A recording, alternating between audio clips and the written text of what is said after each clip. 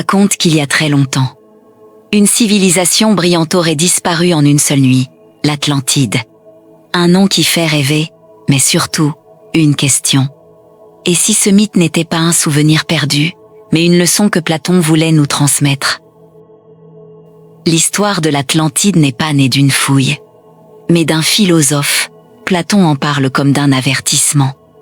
Une cité prospère, devenue trop sûre d'elle, et balayée par sa propre démesure. Platon décrit l'Atlantide comme un empire immense, organisé autour d'anneaux d'eau et de terre. Un lieu où l'ingéniosité humaine rivalisait avec la beauté du monde, avant de sombrer dans l'excès. Platon raconte que tout a changé quand l'Atlantide a voulu dominer, au-delà de ses frontières. Quand la puissance a remplacé la sagesse, et que la grandeur a cédé la place au désir de contrôler le monde. C'est alors que, selon Platon, l'équilibre s'est brisé.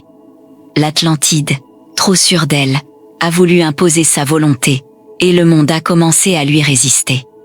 Là où régnait l'harmonie, quelque chose s'est fissuré. Lentement, mais profondément. Platon décrit une cité qui ne voyait plus ses propres erreurs. Des signes apparaissaient, discrets, mais personne ne voulait les entendre. L'Atlantide avançait, sûre d'elle. Alors que le monde, lui, commençait à se refermer.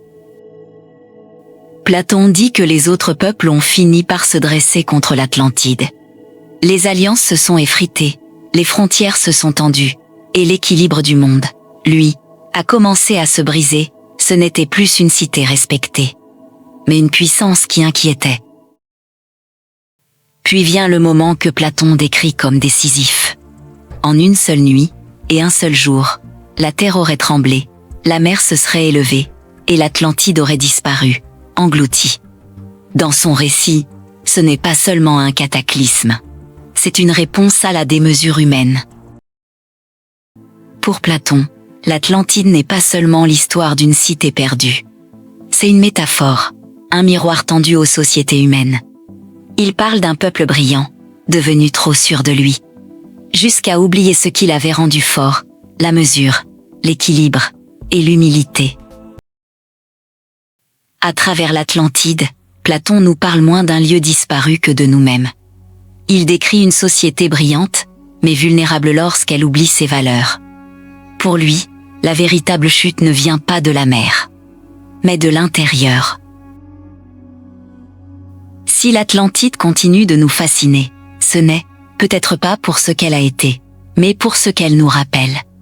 L'équilibre, la modestie, la mesure, autant de fondations que toute civilisation peut oublier, même la plus avancée. Si le mythe traverse les siècles, ce n'est pas par hasard.